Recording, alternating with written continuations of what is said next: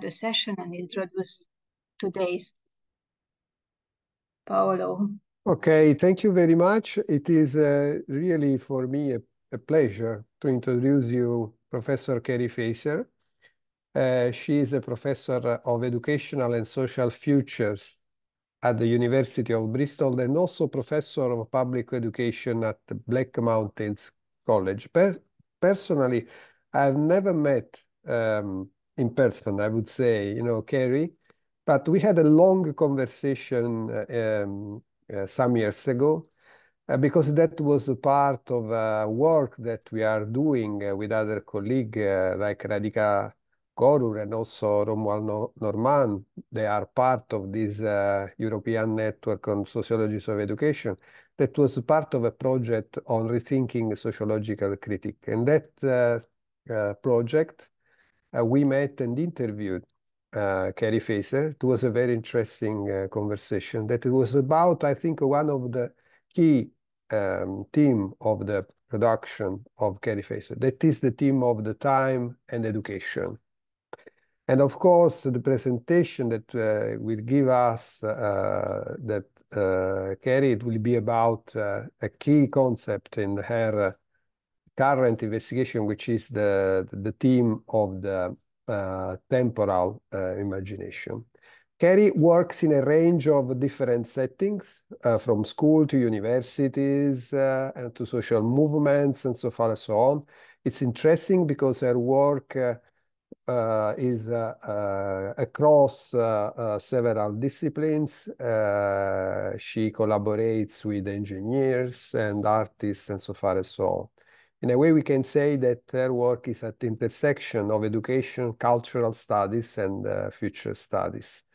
She's leading several projects, and I like to remind that for 2 years, she was a member of the writing team for the UNESCO Futures of Education Commission. Her book includes several interesting titles, like Learning Futures, Education Technology and Social Change, and also with other colleagues, another interesting book titled Working with Time in Qualitative Research. Currently, she is also the editor-in-chief of the journal Futures and edit the Routledge book series of Futures and Anticipation with the Professor Johan Siebers. So we are very looking forward to hear your presentation. Keri, the floor is yours. Thanks, Paolo, and thanks, Esther and colleagues for the invitation. It's lovely to be here. It's nice to see some faces that I recognise, and also to see in the group that there are some people here who've been working with time and education probably for longer than I have, whose work I've referenced, and others that are maybe new to this. So forgive me as I speak because it's possibly going to go too fast for some and too slow for others. So we'll see how the tempo is. I'll aim not to speak for more than 35 minutes so that we can actually get into a conversation. I'm also trying to do something very silly, which is to mash together 3 or 4 different bits of work and see if I can talk about those in one space. That might be slightly overambitious. Let's see what happens. But it's great to see you all. So I'll just share my screen if I can find it. And then there we go. So can everybody see that okay? Is that all right for you all? Yes. Yeah? Yes. Okay, fabulous. So yeah, so I'm trying to weave together a few pieces of recent writing, and I'll foreground the book I'm working with, Time and Qualitative Research. Also, I mean, I should say that I've come to this really through the question of my work around educational futures, which led to the question of how education responds to climate change. So quite a lot of my route into this isn't through, if you like, the philosophy and sociology of time, but through thinking through the politics of climate change and its implications for education. And at that point, I flag a couple of pieces that are particularly relevant. There's a reasonably recent book out called Haste, The Slow Politics of Climate Urgency. which is looking at the different temporal practices around climate change. And also a piece that I think just about had accepted to education philosophy and theory, which is about educating the temporal imagination. So what I'm going to talk about is going to reflect those pieces. I also want to signal a large project that I'm leading at the moment called the Times of a Just Transition, which is funded by the British Academy. And that brings together 20 people from all around the world, actually 25 now, to look at the temporalities of justice in relation to climate change. So if any of you have questions specifically around that, I'm really happy to talk that through. So my overarching argument is going to be the following. This is a summary. An assumption that time is socially constructed and emergent from socio-material practices. So it's not an external reality that, if you like, governs our lives. That these practices are constitutive of social life and in particular questions of justice, and that this is particularly visible when we think about climate change. I want to make the suggestion that paying attention to these habitual temporal frames and disrupting them might open up the possibility for us to reframe problems and possibilities. Now, all of this so far is a conversation that's fairly familiar in the field of climate change and temporality. Michel Bastian and others' work is significant here. But I want to make the argument for us as educators to say that this is an educational problem. And by education, I mean not just what's going on in schools or universities, but as a broader educational learning agenda. To me, education is really the missing part of our attempts to address climate change. And I don't mean here simply educating kids to make them aware that the climate is heating up. I think we've got some profound educational challenges, and one of them is this helping us become sensitive to the way in which time is framing and structuring our understanding of the problem. I want to suggest that this isn't easy and that we're not particularly good at it in schools and universities at the moment. And also, finally, and this goes back to the book on working with time in qualitative research, that if we take all of this seriously, we also need as researchers to think about the temporal processes of our own work and to think about how temporality is epistemologically constitutive. So how is it framing and shaping how we produce knowledge? So I just start off with this picture. This is a picture of the clock in my hometown in Bristol. And you will notice that the clock is a little unusual because the clock doesn't just have an hour hand and a minute hand, but it has 2 minute hands. And the reason for that is because there was a big fight many, many years ago about which time we should be operating with in Bristol. And so what we have here is a clock with 2 minute hands. One is 10 minutes ahead of the other, because what we have is London time and Bristol time. So we try to keep Bristol time separate as much as we can from London time, because London time dominates far too much. And if you walk a little bit further down the road from this clock, you'll find a little plaque in the ground that says, this is when Greenwich Mean Time arrived in Bristol, okay? So it was the first time it was shot through to Bristol, and it arrived in this little spot. And that is when Bristol and London, if you like, started to be thought about under the same time frame. So really what I'm trying to do with flagging this is to say that the time measures we use are the product of people, technologies, political decisions. The three-handed clock reminds us that any measure of time is always selected from many possibilities, some of which are in conflict. Why should Bristol set its midday at the same time as London, for example? This is a tiny example of one of the problems. So if we think about this, then time isn't best understood as a universal container that exists outside of us, but as a situated marker of the relationship between different modes and forms of change. So time as we experience it arises from necessarily selective timing practices. And these timing practices, it's often easier to talk about timing than time. These timing practices are social and political and will always be open to contestation. Okay, so that's a little bit of the sort of time background. Now, the reason I think this is important is because the sorts of time practices and frames that we use shape what we pay attention to and how we coordinate ourselves. So, for example, if we think about how we tell time in schools, we've got many choices that we might make about how we tell time. We could use bodily hunger or bodily boredom. We could say, actually, you know, when we get fidgety, that's the clock that we're going to use. We could use clocks. We could use tasks. We're all educators. We all know what it's like to be trying to do something and then to run up against the end of a clock. So whatever we use helps us create a different timescape. At the moment, when we think about climate change, we're using, for example, parts per million in the atmosphere of carbon dioxide. That's effectively functioning as a new global clock. And one of the interesting questions I would ask is, why do we set that rather than hunger or inequality as a measure of if you like, an impetus for change? We also use practices like accounting mechanisms. Anybody who's ever been anywhere near close to accounting processes knows, for example, that we discount the costs of things into the future, which effectively means that harms in the future seem to cost less than harms in the present. So we're embedding into our systems particular temporal frames and assumptions. What happens is this thing gets naturalized, we take them for granted, and we stop noticing them. And what also happens then is that these timescapes can alienate those whose rhythms of life don't or can't fit with whichever clocks and frames we're using. Another way in which time works on us is through metaphors and stories. One of the questions I often ask people is, what shape do you think time is?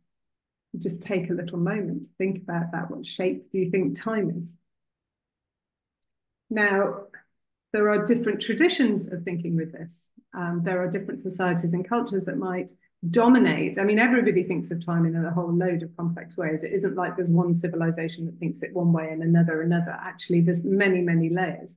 But if we tend to dominate in our thinking of time as cyclical, for example, that's very different from if we think of time as a linear arrow.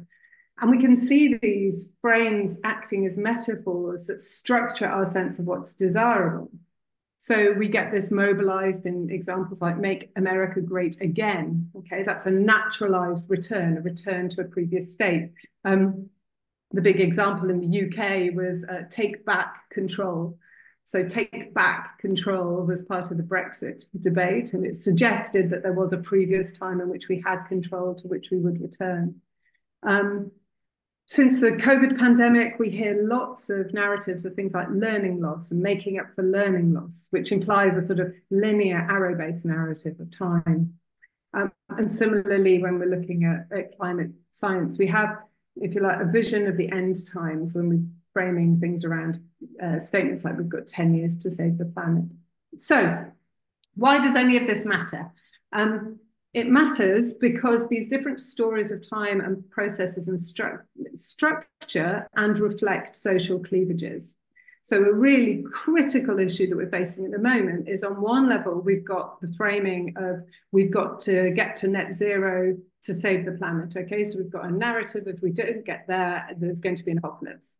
The flip side to that is you get from colonized communities the argument actually that the apocalypse has already happened. These are two very different temporal frames for understanding what's going on now. We've got temporal malcoordination. So if we think about one of the challenges that we have is to try to coordinate our different times and rhythms.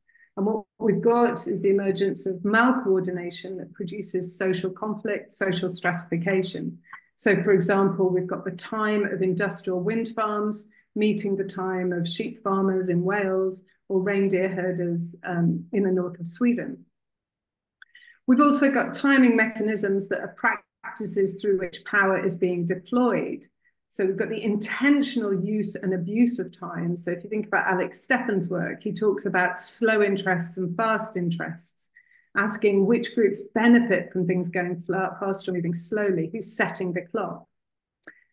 We've got temporal frames determining who should have a say in things. So should we be worrying about present generations or future generations? What are the ethical practices about who becomes part of this discussion?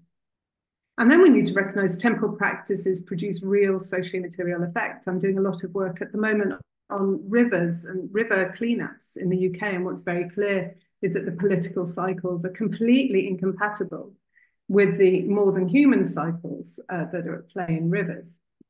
So this stuff matters. And it also matters. I think time also matters because it's what we live in. And one of the phrases that I love is Ruth Ozeki. She wrote a beautiful book called Tale for the Time Being. And she talks about humans as time beings. We're beings that live in time. That's a kind of defining feature of what we are. If we're not living in time, we're dead. And it always brings me back to this wonderful Philip Larkin poem, what are days for? Days are where we live. So for me, this question of time matters politically, but it also matters existentially. And understanding what it means to live in time, to me, is an absolutely critical question. I've talked a little bit about time and climate change already, but just to signal some of the arguments that are going on in the field, we've got Bill McKibben, who founded the 350 organization, basically saying the contrast between two speeds is a key factor of today, between the pace at which the physical world is changing and the pace at which human society is responding to this change. So that framing is saying we've got to act urgently, we need haste, we need intervention, and the question of justice is understood to lie in speed. In contrast, you get people like Vanessa Andreotti and Bayo Komalefi who are saying, actually, the problem is haste. The problem is speed. And what we need to do instead is slow down. And Komalefi's phrase is very telling. The times are urgent. We have to slow down. So we've got these questions about how do we work with time? And fundamentally, what I'm trying to propose is the idea that time is like a material. We're making choices about how to work with it on an ongoing basis. This isn't just an abstract issue. So ever since, there's a wonderful book called 12 Clocks That Changed the World by David Rumi that talks through all of this. There's a wonderful chapter on it on resistance to time. And he goes back and shows how in the early, I think it was a Mesopotamian civilization, there's this massive riot against a clock that was put up in a market square. I was interested to note that the suffragettes blew up the Edinburgh Observatory because they wanted the time stopped. This quote here is from the Black Lives Matter protests in Oakland a couple of years ago. No cops, no jails, no linear fucking time. So this really matters. But what I'm trying to suggest is that actually we as educators have a role to play here. So what might it be to try to get ourselves thinking about time? And how do we stop ourselves just flipping from the idea that, everything will be fine if we get rid of linear time and we switch to cyclical time? Because that's a lot of what's going on at the moment. We're hearing lots of people saying, actually, this is the wrong time and this should be the right time. What I'm suggesting is actually we need something else. And the reason for that is because there isn't any timing mechanism or timescape that is the right time or the right speed. We won't get justice by everybody speeding up or slowing down. So, for example, slowing down the phase out of petrol cars in rich countries will lead to a speeding up of sea levels in some places. So the issue is not about how we shift from one way of thinking about time to another, but to becoming aware of how our different habits of thinking with time draw attention to different aspects of, in my case, climate change and its consequences, but whichever issue that you're interested in. So my suggestion is that we want to shift towards an attention to the kind of plurality of timings and timescapes that are at play in any situation. So the phrase that I'm using here, I take from Barbara Adam, which is the idea of the temporal imagination. So Barbara Adam coined this phrase. She didn't actually elaborate it very much. And Adam, as you know, is one of the great sociologists of time. So I sort of excavated what I'm assuming she was drawing on as well, which is Harvey and Mill's concepts of the geographical imagination and sociological imagination. And when we look at those framings, they're arguing that if we want to fully understand space and society, we need to trouble our individual assumptions about space and society. We need to develop an attention to wider patterns of spatial and social arrangements. And we want to have a concern with how such patterns produce and reproduce injustices. So the sorts of imagination that they're invoking and that I'm assuming Adam is invoking then is both analytic and action oriented. So it's both on making visible and addressing inequalities. So for me, the temporal imagination, I suggest, is one that involves three moves. And again, I want to center education as playing a critical role in cultivating this temporal imagination. So I think it has three moves. The first of them is interruption. So provincializing and challenging our habitual conceptions of time, allowing students or participants in whichever educational space we're working in to see their own temporal frames as political, situated, and provisional, that come from a complex of social and biophysical rhythms and traditions, and that are therefore open to both examination and reconfiguration. So the first move is just, for me, supporting students and participants to become aware of the temporal frames that we're operating within. This is harder than we might expect, but the simple practice of inviting people to draw time actually is a pretty good start. You'd be amazed by how many people are surprised that the image they draw is different from the image that other people draw. And the second move is what I would call attunement. And Miriam Jensen in Denmark has just finished a beautiful PhD on temporal attunement that's really worth checking out. And here, this is about not only disrupting our own perception, but attending to the multiple timeframes and timescales that are at play in any situation. So this is really drawing attention to what we might call polychrony. So polychrony, I can never know how to pronounce that. Let's call it polychrony, it sounds nicer. So seeing the different forms of time that are at play, and also noticing the forms of injustice that emerge with the dominance of certain frames. And then the third aspect is what I call dialogue here. In other places, I've called it encounter, which is really about trying to create conditions where students can negotiate with each other the different temporal practices that ought to be at play, and to try to make a decision about which ones we might move forward on here. And here I'm inspired by Biesta's framing of public pedagogy. You'll see the three moves are similar. So how might we do this? And how are we doing for time? Okay, I'm going to go more quickly.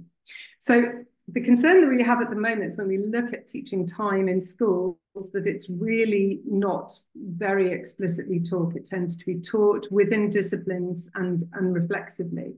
And as Kevin Berth argues, who's a brilliant critical temporal scholar, he basically says, we typically end our education about time in primary school grades. We never really return to the topic. What this means is that what we learn about time is merely a conventional representation of time that's useful for managing primary school students and future workers. And he's not really wrong. I spent a while in schools talking to some teachers about how they make sense of time. One of the things that becomes clear, and this is familiar to educational sociologists, is the hidden temporal curriculum. We asked teachers to describe the words that they use for time, and they were insufficient, intense, frantic, rushed, rigid, threatening, controlled, pressured, finite, measured, relative, crushed, and stressed.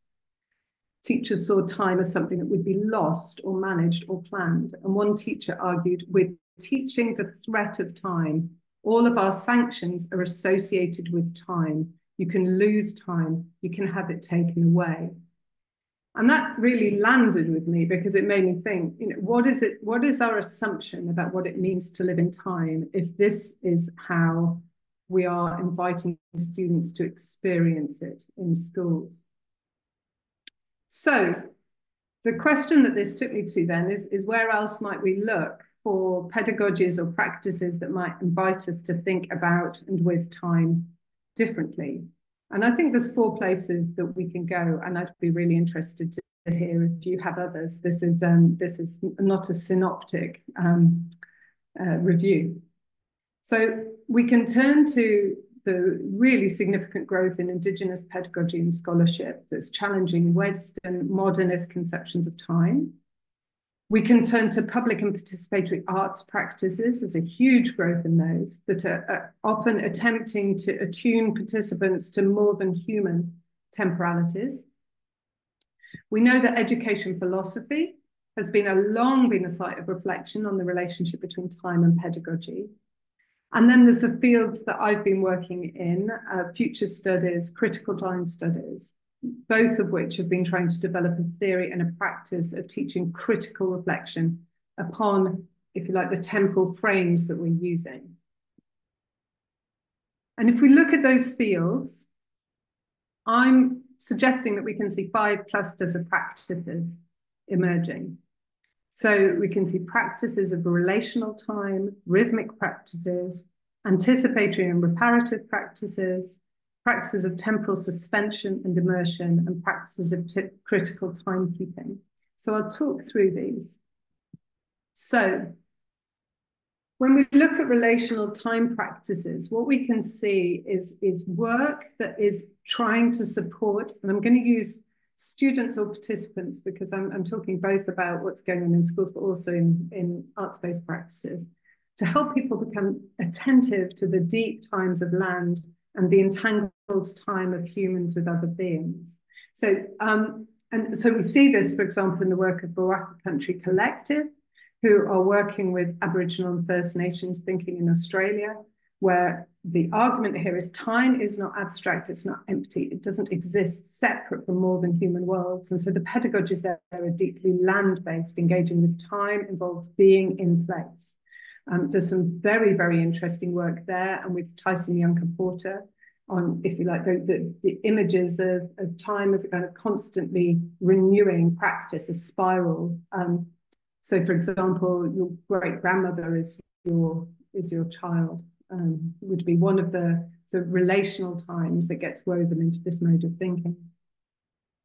You've got the work, a lot of work in these Indigenous traditions that I'm not claiming to know everything about. I'm looking at these to say, how can these help us?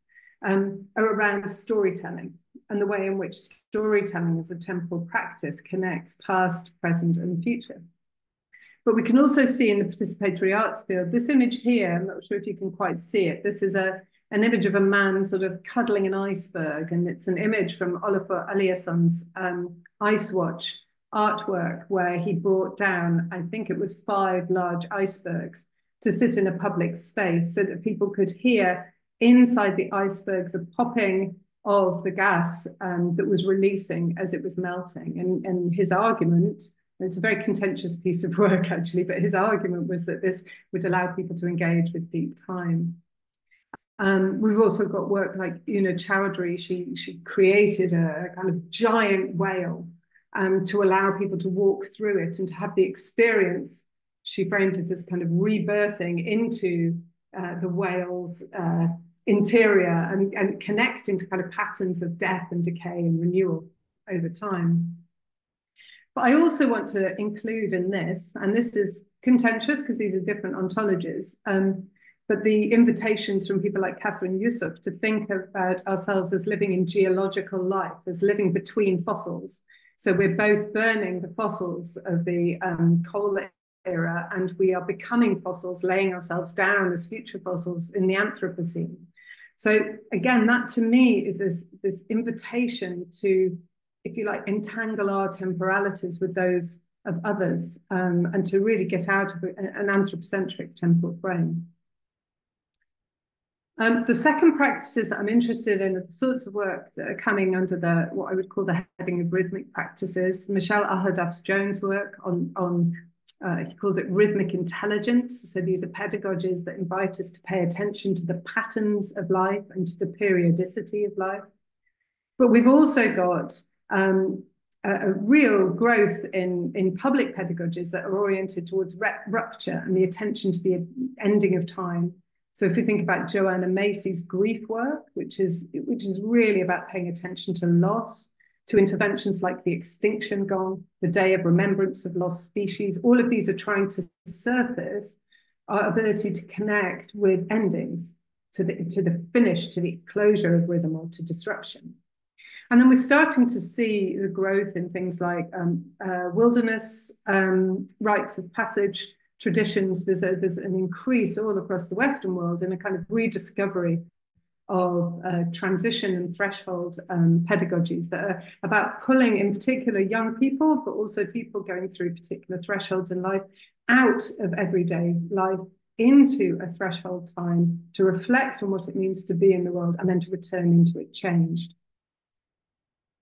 A really practical other example is the Sea Change programme, which we've been working with at Bristol, but it comes out of Karen O'Brien's work in Oslo, which is inviting us to disrupt the temporal rhythms of day-to-day life by giving up one thing, but just for a 30-day period, for example, or it might be about starting to do something new. So we've got these pedagogies that are really trying to shift rhythms and practices. The third area is what I'd call anticipatory and reparative practices. So this really is focused on this question: whose ideas are shaping our visions of futures and pasts? Whose futures and pasts are we attending to? Which timescales are we thinking with? And based on what assumptions? And I mean, we're seeing a massive growth, for example, in the field of futures literacies. I have some arguments with this, not least that it tends to get represented as futures literacy, and I'm insisting on it as plural. We're seeing here the increasing use of Afrofuturist and indigenous futurisms that are trying to think about how we deal with past harms and use that to imagine radically different futures. And this is tying in also to the field of reparative futures pedagogies. There'll be a new special issue out in the Futures Journal in the next couple of months, led by Julia Paulson, Arathi Sriprakash, and Kevin Myers, which is focused specifically on the question of reparative futures. But here again, we're just trying to sensitize students and others involved in this process with what are our assumptions that we're working with as we tell stories about futures and pasts. This cluster of practices I'm calling temporal suspension, but we could also call it temporal immersion. Here, this comes in the main out of educational philosophy, but we can also see it in anticipation theory. And here what we're seeing is people seeking to find a way to attend to what Donna Haraway and Roberto Polli from different traditions call the thick present. So this resistance of the idea of the now as this instant between past and future, and instead trying to deepen into what's happening in the now. From Sharon Todd's perspective, she actually argues that this is the time of education par excellence. So her suggestion is that actually attending to the present is precisely what we're doing and what we need to be doing when we're involved in education. And her wonderful book called The Touch of the Present really dives into this. But then we've also got people like Mika Breslin who are developing pedagogies to try to support students to pay attention to what she calls the cracks, the swirls, the sudden openings in time, in here and now. The mind, however, and if we look at any of the work on imagination, we know constantly time travels, it constantly goes back and forwards, it's constantly thinking about what's happened and what's going to come. So it's actually quite hard to keep us, if you like, settled into the present. So we're starting to see, and I would include practices of meditation, for example, as part of the pedagogies of suspension of time. Jan Maschelein's work on Paul pedagogy, where he's walking through cities, I think plays a role. Tim Ingold talks about the pause as the moment of thought. And when I read Jason Allen Payzant is one of the collaborators on the British Academy project that I'm part of, and he's an astonishing poet. And he talks about the role of poetry as a site of suspension. He says, through poetry, I can stop, listen, observe, and participate rather than simply react. Poetry's gift to me is a sense of deep time, a sense of wholeness, a connection, a reclamation of time, of connection rather than reaction. And I think I'm sort of feeling into this myself, but it feels particularly important that we create spaces where we're able to have permission not to react immediately. What would it mean to operate in that space more carefully, more thoughtfully? And then the final set of practices are those coming out of critical time studies, which is a really fabulous field. which is drawing attention to the provisionality and the social construction of both calendars and clocks. And we start to see lots of really fabulous pedagogies. Michelle Bastian and I edited a special issue of Time and Society a year ago, I think now, which has got lots of examples of educational practices around critical time studies. And one of my favorites was, again, an essay by Kevin Berth, who, for example, invites his students to turn in their assignments variously in relation to Christian, Jewish, Chinese, French, revolutionary, and personal calendars. You know, he's in the process, he's sort of surfacing our attention to these things. He gets them to think about why the clock in the classroom is divided into 12 numbers, 60 minutes, why the hands turn clockwise. So it's making strange the clock. And we're also seeing this in public art. So this image, for example, is an image of a clock in the public square in Cambridge, which is called the chronophage, so the eater of time. And you'll see at the top, there's a grasshopper.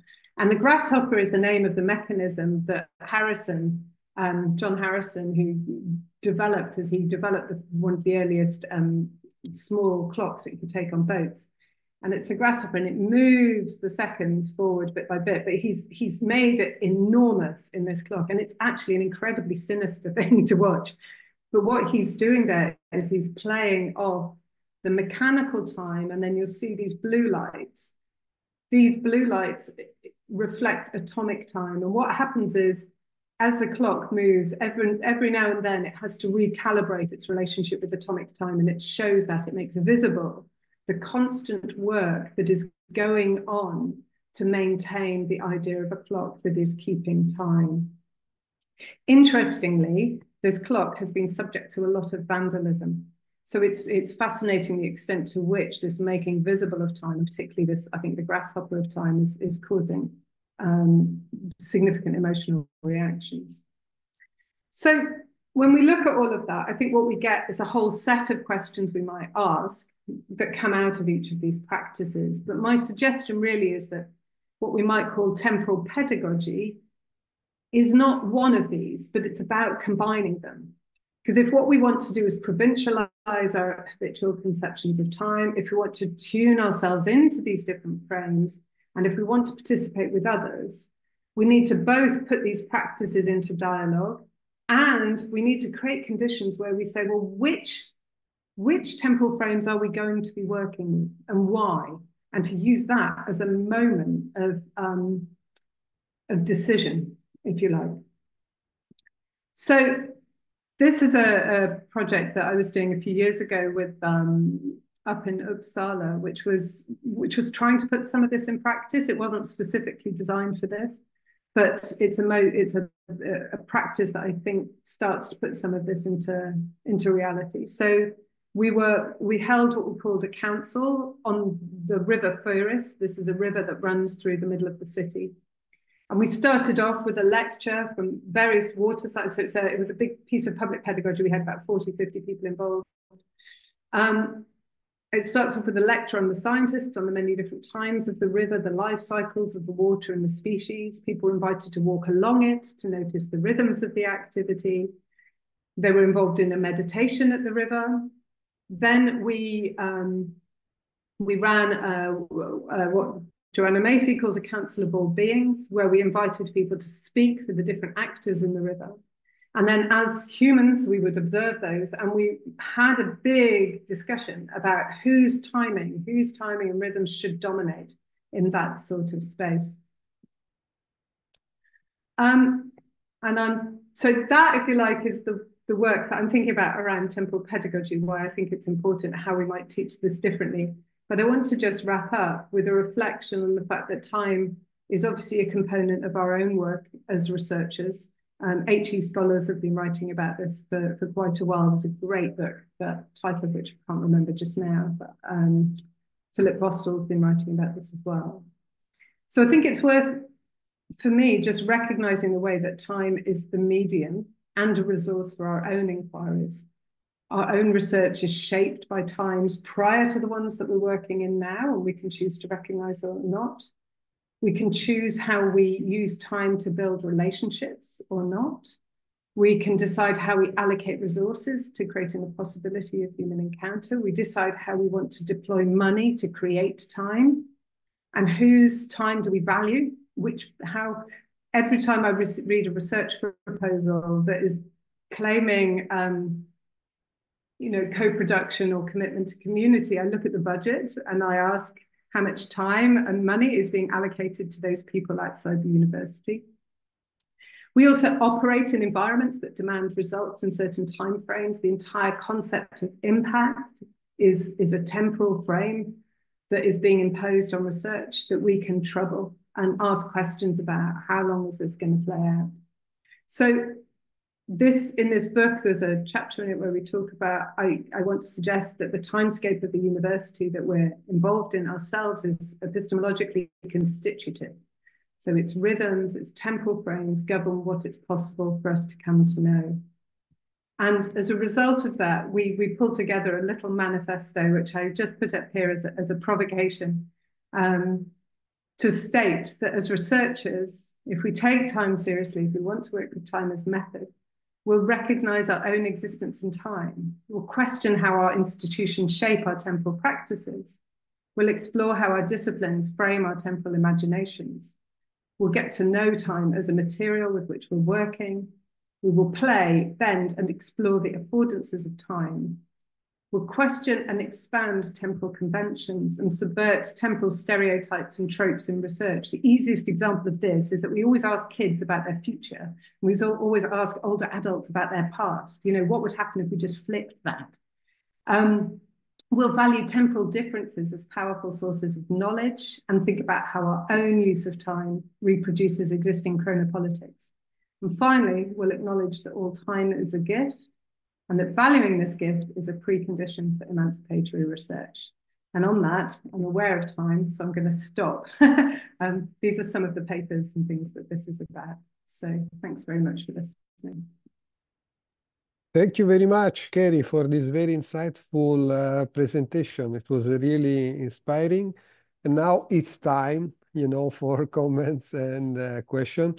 You can just raise your hand with Zoom affordances, or you can also post comments or questions in the chat as usual. So if there is someone who would like to comment or put question on the floor.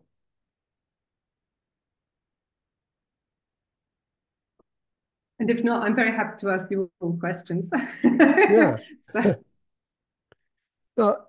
If there is no one who can, I have just a curiosity about, you are mentioning about, the practice, the reparative practices, and the time. Could you say something about, because it seems to be fascinating, reparative, and time. You can just in a slide. So reparative and time or reparative end times, yeah. Which reparative. Reparative, yeah. So here, I would point to my colleague Arathi Sriprakash here, who's been leading on work on reparative futures. So I won't claim this, but critically, what she, Julia Paulson and Kevin Myers are trying to do is to understand.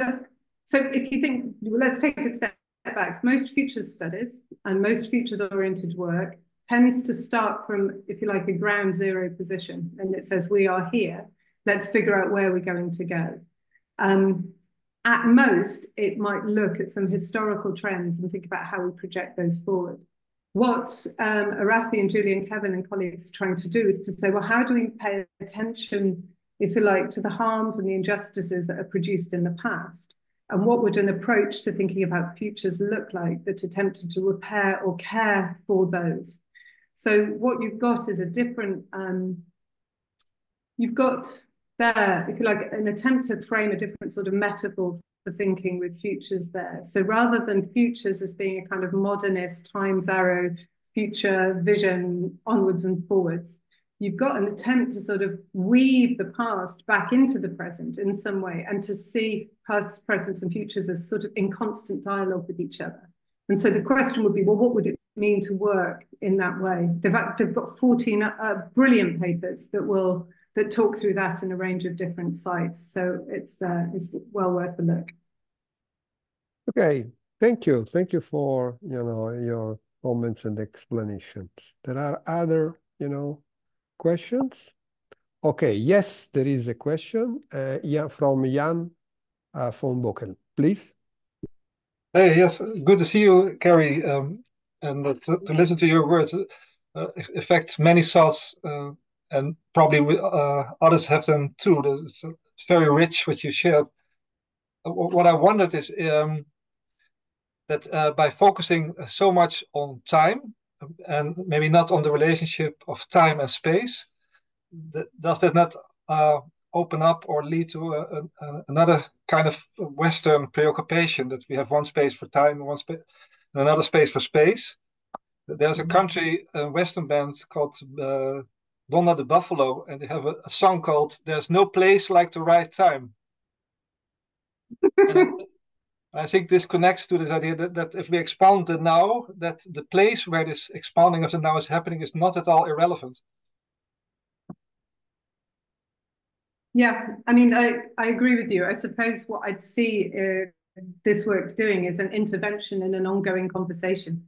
So rather than staking any claim to this being, the priority forever and a day, I would say this is a temporal intervention into a particular moment. I would say it's needed. I think it is worth signaling time. So, for example, if you look at, particularly if I think about my area around climate education, there was a recent synoptic review of climate change education, and it mentioned space all the way through. It was about localization, globalization, what happens in different places. There was literally zero mention of time. So obviously, I wouldn't want to deconnect time and space, and you can't. And actually, most of the work around pluriversal temporalities is precisely about saying that time is situated in place and is produced in different ways at different places, and that's half the problem. Okay, so the spatial is in there once we take seriously pluriversal temporalities. But I think it is entirely appropriate just now to try to surface attention to time and to pull it up without collapsing it into space for a little while. Yeah. Thanks, Jan. Thank you. And now there is Elke. Hi, thanks, Keri. That was fascinating. I also want to make a trip to Bristol now and have a look at this clock. I have a very concrete question. So you are currently involved in a range of different projects, small ones, bigger ones. Could you give one or two concrete examples of how you activate, maybe is a good word, or put into practice aspects of the temporal imagination from your current projects? Yes. Most of my work has historically been around the futures side of things. So, I spend a lot of my time trying to disrupt our futures-facing practices. So, so practical example is with the British Academy project at the moment, we're trying to understand how time and justice are related to each other in relation to climate policy and politics and decisions. And so one of the things that we're doing, we've got these 25 different projects. We've got everybody with their own lenses, all right? So, we've got somebody working on Indigenous political accounting in New Zealand. So they're looking at, how you think about the future in Maori communities. You've got people working on apocalyptic narratives of climate resistance. We've got people working on the concept of the overshoot in architecture. So in architecture, we have this idea of the overshoot, which means that's the amount of carbon emissions you can continue to produce. Don't worry, it'll all be fine because we'll have carbon capture technologies in future that will make it all go away. It's magical thinking. So what I would say is each of those pieces of work are operating with a different temporal lens. So the challenge that I have as program lead and that we have as a community is how to put them into tension, into dialogue with each other, and how do we make decisions. So one of the things that we're doing is we're developing what we're calling the Kronenberg Chronicle. And it's a piece of speculative fiction where we imagine this future time city where we are organizing time differently. And we are creating a newspaper together that will have different stories of how time is organized and managed and structured in that place.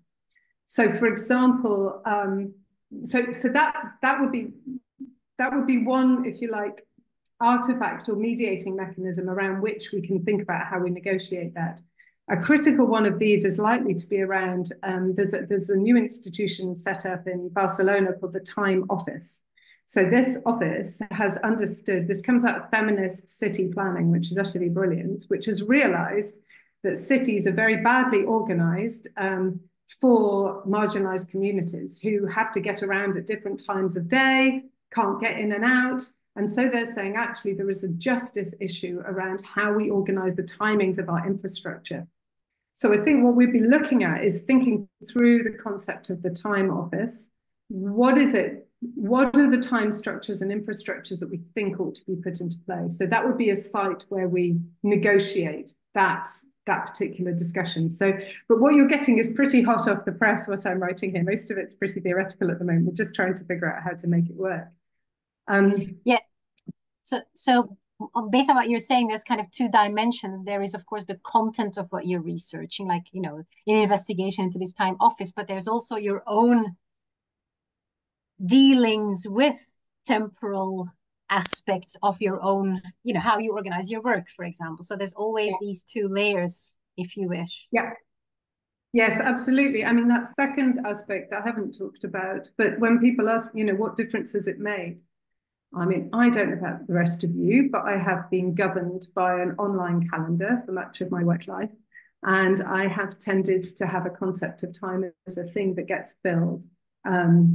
And what I am trying to do is shift towards time as a relationship that gets produced with people. And what that is doing is it is making me ask very hard questions about what it is that I spend my time. You see, we're tied into that accounting metaphor. How it is that I choose to work with time as a medium. And that has meant, for example, insisting on slowing projects down. So refusing the push towards doing it quickly and insisting that some things have their own temporality that require relationship, that require care, and that will require slowing down. So that I spend a lot of time with funding bodies, because a lot of this work came out of a big program that I was leading a few years ago with the Arts and Humanities Research Council in the UK. And I was trying to work with them to say, stop spending your money fast, spend it slowly. You can spend the same amount of money, but if you do it slowly, what that will then allow to happen is relationships to be produced over time that will then allow a much more deep conversation. So yeah, that's another way in which this manifests itself. Although my partner will laugh at the concept that I'm able to manage my time better as a result of all of this. I'm still working on that. Thank you. Makes a lot of sense. Thanks. Okay, there is a question that was posted in the chat by Jinsen. How should we reconstruct people's temporal imagination in the age of artificial intelligence? What is your opinion? That's a really interesting question that I haven't yet, and I probably should have done, because I spend a lot of my time hanging out with people talking about artificial intelligence. I suppose what it would invite me to do is to try to understand the temporalities of AI and what are the different ones. And they're going to have material temporalities. So, for example, we might think about the extraction and mining that is required to generate the energy to create AI. So that, you know, so we might look at the kind of material temporality there. We might look at the biological temporalities. What does it mean as we're working with it as humans? We might look at the algorithmic temporality. So what does it mean to work quickly? What does it do quickly, and what does it do slowly? Might be questions that I would be asking. I think probably the thing that worries me most about algorithmic AI and temporal framings is the extent to which it's being used at the moment for constructing images of the future. So if we look at the way in which some of the image AI work, for example, is being used, you will get people saying, you know, give me a scenario in which X, Y, Z happens, right? Or give me a scenario where these things, these different drivers come together to create something. Now, the huge problem with that is that the AI is only operating on what we've already made. And that, to me, is the death of keeping the future open. So I think one of the critical questions we have to ask ourselves is, how do we keep space for the unknown in the future, for the future as its own time, not the future simply as the reproduction of the existing material? I mean, I was talking to somebody recently whose argument is that at some point AI is going to end up with a huge virus because it will keep feeding off itself, and at some point that's going to create, you know, loops that is going to generate a death spiral. I think that's unlikely. I think possibly, you know, that sort of thing can be thought about. So I think that would be my big concern around this question Jinshen's asking about the reconstruction of the temporal imagination. I mean, it is hard to keep the idea of the future as a space that we don't know open. It's really hard. It's really hard to do that anyway, without the use of AI, if you like, reproducing and intensifying what we've already got and then packaging it back to us. So I suppose, I mean, there's lots of stuff that can be done. I mean, it's a great research project that I think somebody should do. So, and when you do it, please let me know what you find out. Thank you very much, Keri. I think we have still some times for some question, if I remember well. You know, the idea was to finish by 3. Is that correct? Or 2, you know, UK time, if I remember well. We have time until 15:15. If you Oh, want. 15:15. So we have still time for other questions. So there is another hand raised, Ted Paletsky. Please. Yeah, hi, Keri. Thanks for the talk. Really quite interesting. So just to preface my question, it sort of relates to the last question in the realms of sort of digital technologies, especially in school spaces. So I'm currently engaged in some ethnographically attuned research in UK secondary schools. And obviously in these sorts of school environments, I'm structured in a lot of ways, both in terms of what research activities are possible at certain times of the year, based on what's happening, what availability there is. And of course, I appreciate the dialogue you engaged in with teachers who sort of describing time in their own terms and sort of the pressures on it.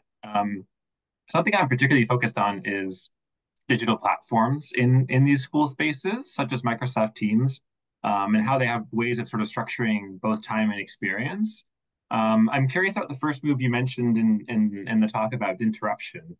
I think this is a sort of a tricky area in engaging with especially secondary students, because in drawing attention to some of these practices and getting young people to think otherwise, you obviously draw attention to some of the practices of the schools themselves, and there's sort of this inherent conflict with how schools are taking care of their students by preparing them for exams in the future.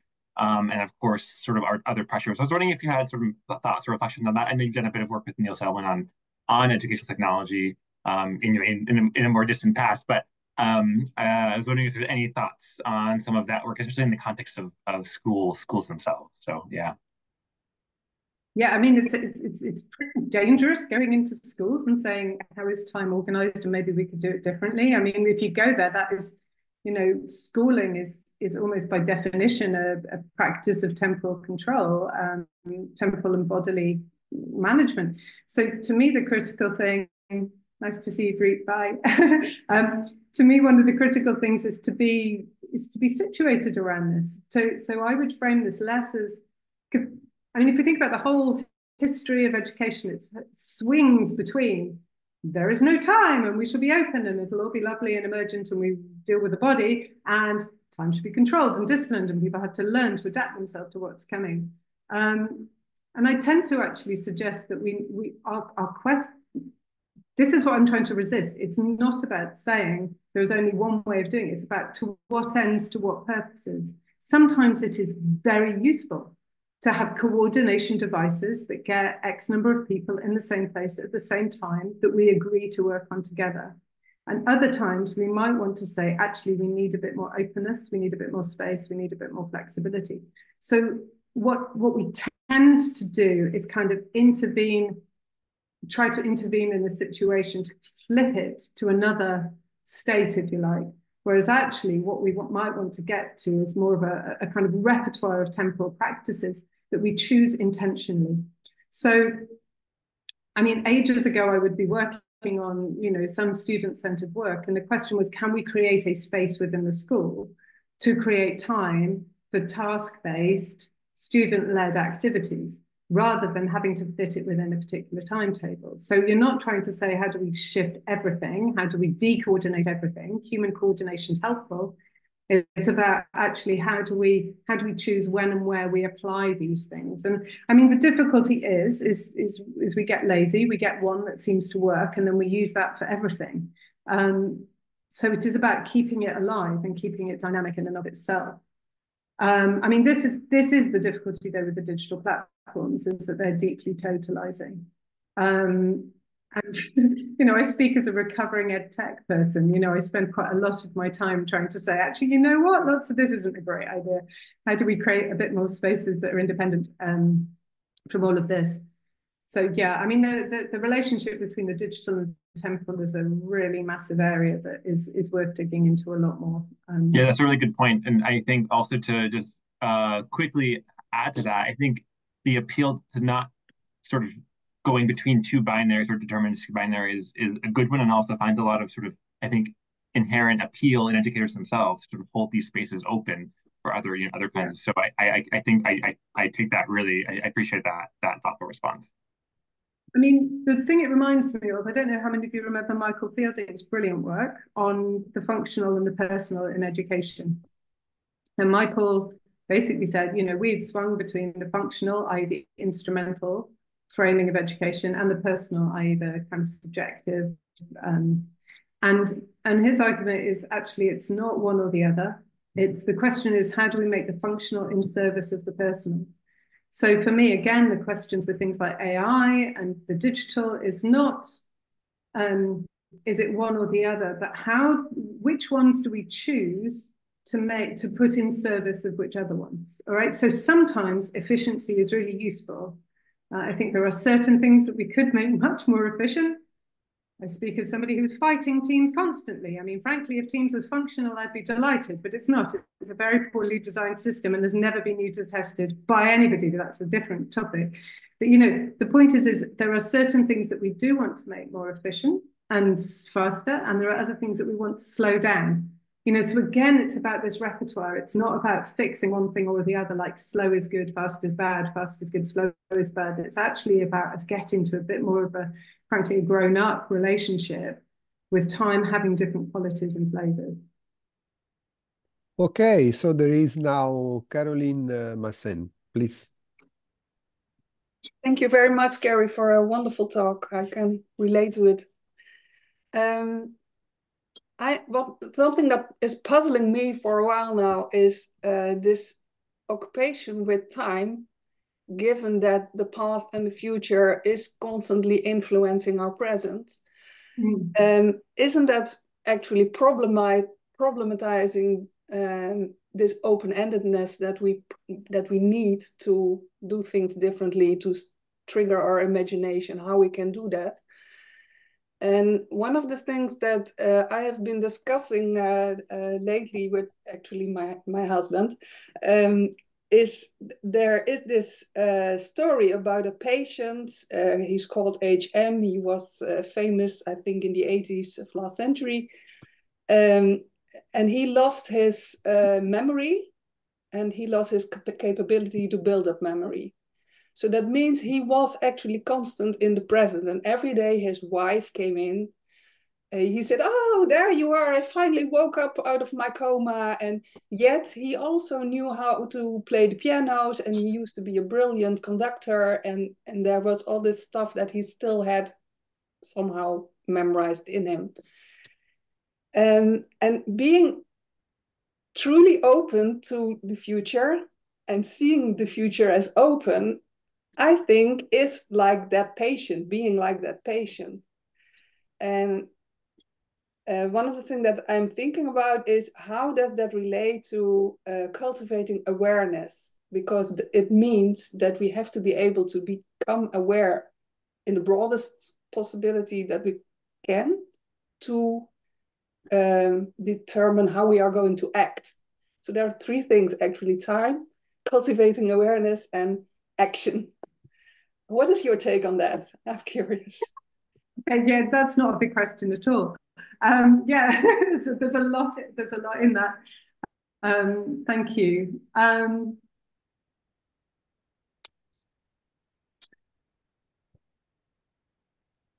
suppose where the way I see it is actually that the ideas we have about past and present focus our attention on what we pay attention to in the present. So our job is to ask ourselves, how are we using them, if you like? Why are we choosing to attend to certain futures and not others? And I mean, this is an ongoing practice to intentionally disrupt the frames that we're working with. And I mean, I find this particularly when I'm working with students who are very concerned about climate change. They're so fixed on there being one scenario that they cannot see. Please, could you switch off your microphone? Someone. All right. Hey, Nara. Hello. Hi. Mute yourself. Sorry, Keri. It's all right, don't worry.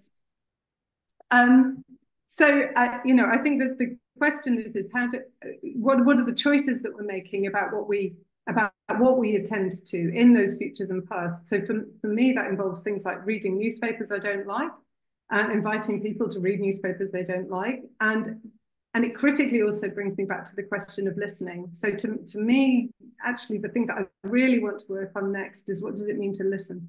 What does it mean to hear and to attune and to open ourselves to all the many, many different things that are going on? That's a very short answer to what is a very complicated question. The other frame that's in my, I think Margaret Archer's work on, what do you call it? Spontaneous meta-reflexivity. Okay, so, you know, we live in a morphogenetic society. It's constantly changing, it's shifting. How do we keep attention to our values? And how do those allow us to make decisions on an ongoing basis? That's another part of all of this to me. Yeah, I mean, I think your question involves a huge amount of different things that I think I won't do justice to it to try and mush it all together right now. I think it's the relationship between our imagination, our values, and our capacity to act.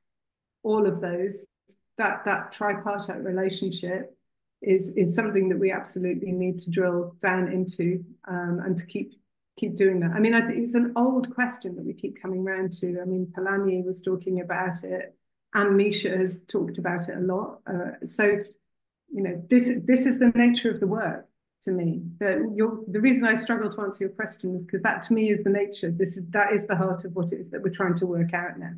And so I suppose what I'm trying to do with this work on temporal imagination is just to help us pay attention to how the temporal frames we're working with are, if you like, shutting off or opening up those possibilities and what we're paying attention to. So I'm just doing like one little bit in that kind of wider frame around agency, imagination, perception, so forth.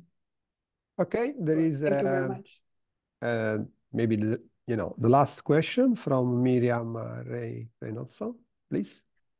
Hi.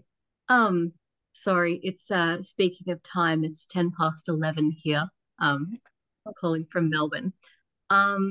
And I wanted to circle back to the ideas around climate change because so I recently worked on a project basically around the implementation of these new laws that are coming in Australia and across Europe and in the UK, Singapore, etc., that are around financial reporting associated with climate action, which is great. And I've drunk the Kool-Aid and I'm incredibly hopeful that it will make a genuine non-greenwashing difference. But obviously, this means we're talking about financial reporting. So it's another, and I'm thinking of the way that you spoke about visualizing time, like what do you draw, what shape is time? And there are so many roadmaps being drawn at the moment that are this kind of nice downward slope trajectory, which is just sort of a nice, simple, symmetrical flip of the growth trajectory that you normally see when you're looking at financial budget projections. I wonder what your thoughts are on that, and whether this is a nice opportunity to potentially trouble that, given that it is something that is sweeping policy across the world at the moment. I mean, I think getting into financial legislation around climate is a really good thing. That seems to me very key in terms of leveraging other changes. So I think that's a good space to be acting in.